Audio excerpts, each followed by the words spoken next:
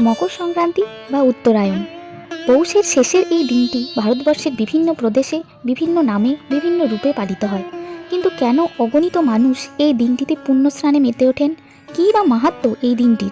জানতে হলে ভিডিওটি শেষ পর্যন্ত দেখতে থাকুন। সনাতন হিন্দু ধর্মের বেশিরভাগ উৎসবই চন্দ্রপঞ্জিকা মেনে হলেও মকর সংক্রান্তি কিন্তু সৌরপঞ্জিকা মেনে হয়। তার প্রধান কারণ, এই উত্তরায়ণের দিনটি সূর্যদেবের প্রতি উৎসর্গিত। এই দিন সূর্যদেব তার পুত্র শনিদেবের সঙ্গে পুনর্মিলনে যান। কিন্তু কেন এই পুনর্মিলন? কারিগর দেবতা বিশ্বকর্মার কন্যা সঞ্জনার সঙ্গে বিবাহ বন্ধনে আবদ্ধ হন সূর্যদেব। কিন্তু সূর্যের প্রচণ্ড তাপ এবং তার শক্তি সহ্য করতে না পেরে সঞ্জনা ওরফে সন্ধ্যা তার ছায়া থেকে হুবহু তার মতনই দেখতে একটি মহিলার সৃষ্টি করেন এবং ছায়ার দায়িত্বে তার দুই সন্তান যম ও যমুনাকে রেখে নিজের পিতৃগৃহে ফিরে যান। অন্যদিকে এই সমস্ত ঘটনা সূর্যদেবের অজান্তেই থেকে যায়।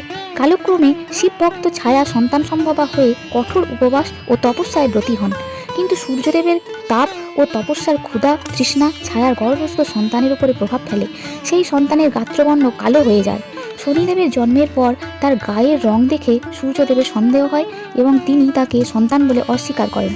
যখন শনিদেব তার মায়ের অপমানের কথা জানতে পারেন, তখন অত্যন্ত রাগান্বিত হয়ে শনিদেব সূর্যদেবের দিকে তাকান আর তার দৃষ্টিতে সূর্যদেব সম্পূর্ণ কালো হয়ে যান। পরবর্তীকালে তিনি মহাদেবের শরণাপন্ন হলে মহাদেব তাকে তার ভুলের জন্য শনিদেবের কাছে ক্ষমা প্রার্থনা করতে বলেন। এইভাবে পিতা ও পুত্রের মধ্যে ভুল বোঝাবুঝির অবসান হয়ে পুনর্মিলন হয়। এই মকর সংক্রান্তির দিনই পিতা সূর্যদেব তার পুত্র শনিদেবের সঙ্গে তার বাড়িতে থাকার জন্য যান। এই দিন সূর্য ধনু রাশি থেকে মকর রাশিতে গমন করেন।